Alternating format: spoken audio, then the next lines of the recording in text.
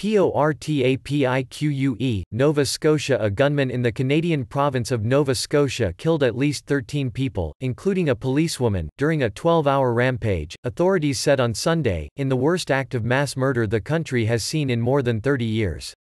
The Royal Canadian Mounted Police said the gunman, 51-year-old Gabriel Wortman, who worked as a denturist, appeared at one stage to have been wearing part of a police uniform. He had also painstakingly disguised his car to look like a police cruiser. Wortman shot people in several locations across the Atlantic province, police told a briefing, saying the death toll was more than 10.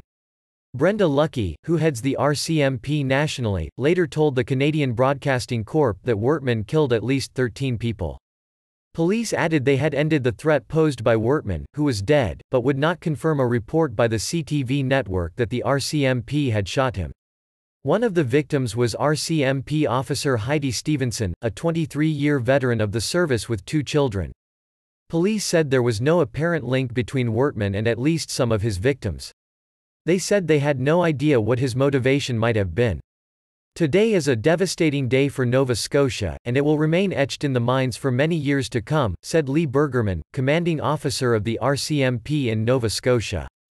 The massacre was the worst of its kind in Canada since a gunman killed 15 women in Montreal in December 1989.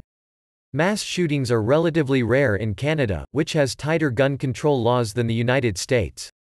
Nova Scotia, like the rest of Canada, is under a stay-at-home order because of the coronavirus pandemic.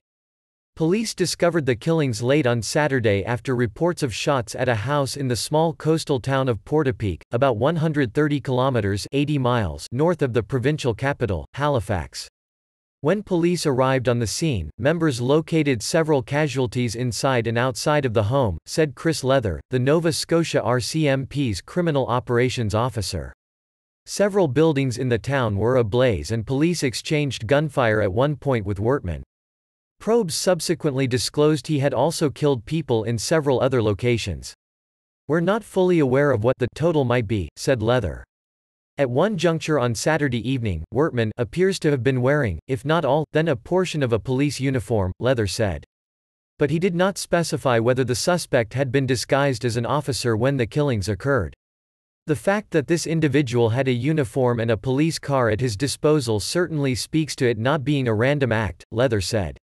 According to the websites of the Denturist Society of Nova Scotia and the province's Better Business Bureau, Wortman operated a denture clinic in Dartmouth, close to Halifax. In response to a question, Leather said police would look at a possible link to the coronavirus outbreak, which has forced the closure of non-essential businesses. Portapique residents said the first sign of trouble occurred on Saturday night when police urged everyone to stay indoors. One man said he saw at least 3 separate fires. A local resident said she had come across 2 burning police vehicles while out driving on Sunday. "There was one officer we could see on scene and then all of a sudden, he went running toward one of the burning vehicles," Darcy Sack told the CBC. "We heard gunshots," she added. Television footage from Portapique showed 2 burned-out vehicles on a road.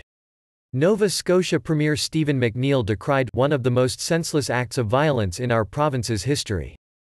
Canadian Prime Minister Justin Trudeau said his government would help Nova Scotians as they heal from this tragedy.